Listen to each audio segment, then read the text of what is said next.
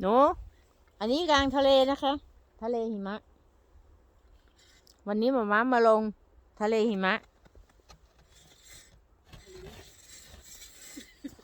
ทะเลน้ำแข็งทะเลหิมะ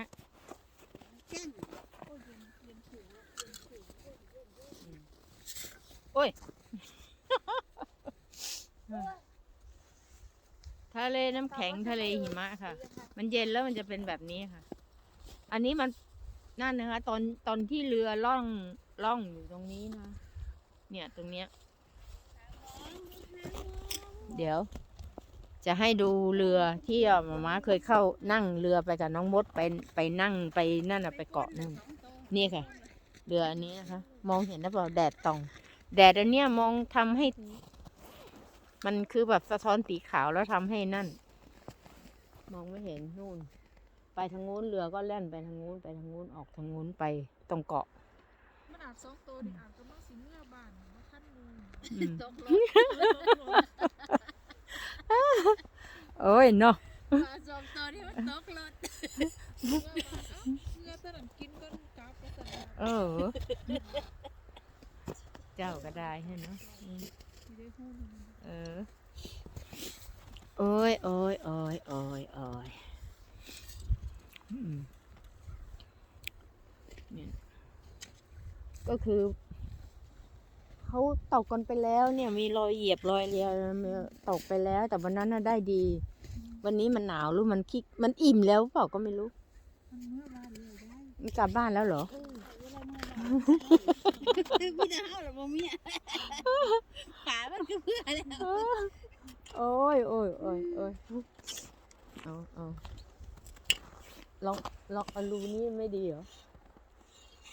เอาโอ้ยจมูกก็พลิกฟัดมันเย็นค่ะ มันเย็นตรงจมูกค่ะ เย็นมากๆเลย กลับดีกว่าปะ เออ หนาวเหนื่อยห เอา นาวไป ชงกาแฟมาก็ไม่ได้กินกาแฟเลย แล้วก็ไปนั่งกินบนรถเราสิ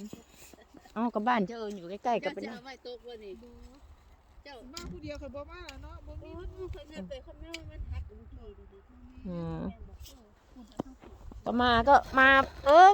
มาหลายๆคนมาเล่นๆกันน่ะเนาะ ไม่ใช่ขี้เมา เออ คนฟินขี้เมาเลยจะเอาเหล้ามาขวดเดียวมานั่ง เสื้อตัว เออ ว่ากระสิเท่คงก่อยจีบอยู่ที่เรา เอ้ยไอ้นั่นน่ะเห็นแล้วเปล่าตัวยาวๆนั่น ไหนฮะ ตัวแดงๆอ่ะ ของเขาเหมือนกันด้วยเนาะเขาก็ทำร่วงเหมือนกัน รู้แหละว่างปอกขีด ตี เราเก็บไม่ได้เหรอเราเก็บใส่กล่องไว้ไม่ได้เหรอ แล้วมันแข็งแล้วมันจะเน่าไหมอ่ะ เน่าใส่กันนะ เอาโยนลงหันมันกิน เดี๋ยว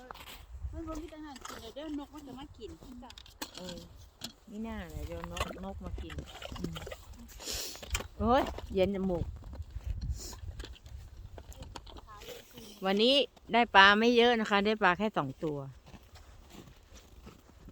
ได้ปลา2 ตัว อันไหนน่ะ แค่เดียนเสียดายแค่เดียนเนาะตายละ วันนั้น ไส้เดือนมัน นกก็คงกินอิ่มแหละเพราะว่าวันนี้ไม่มีนกเลย เขาให้นกไป เพราะว่าวันนั้นนกก็มานั่งอยู่เจ้าเอิญมานั่งนะนกนั่งเฝ้าอยู่เต็มหมดเลย ขอกินแน่มาดิ คงจะพูดแหละขอกินแน่แต่คงไม่ได้กินอ่ะ เจ้าเอิญก็บอกไม่ได้กูตกครั้งแรก ไม่ใช่หรอกไม่ใช่ว่าไม่ได้หรอกมันถ้าให้กินแล้วมันกวน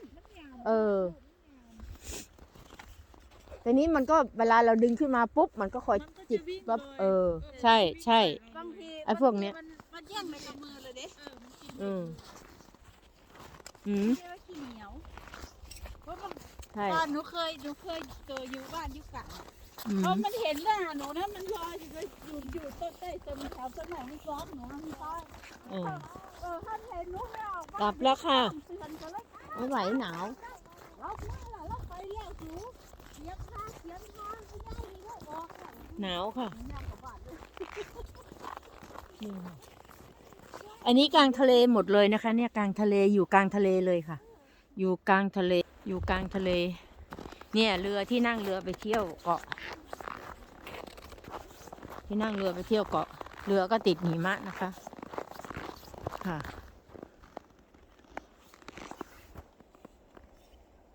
เรือก็ติดหิมะนี่ค่ะโอเคค่ะเอาแค่นี้นะคะสวัสดีค่ะ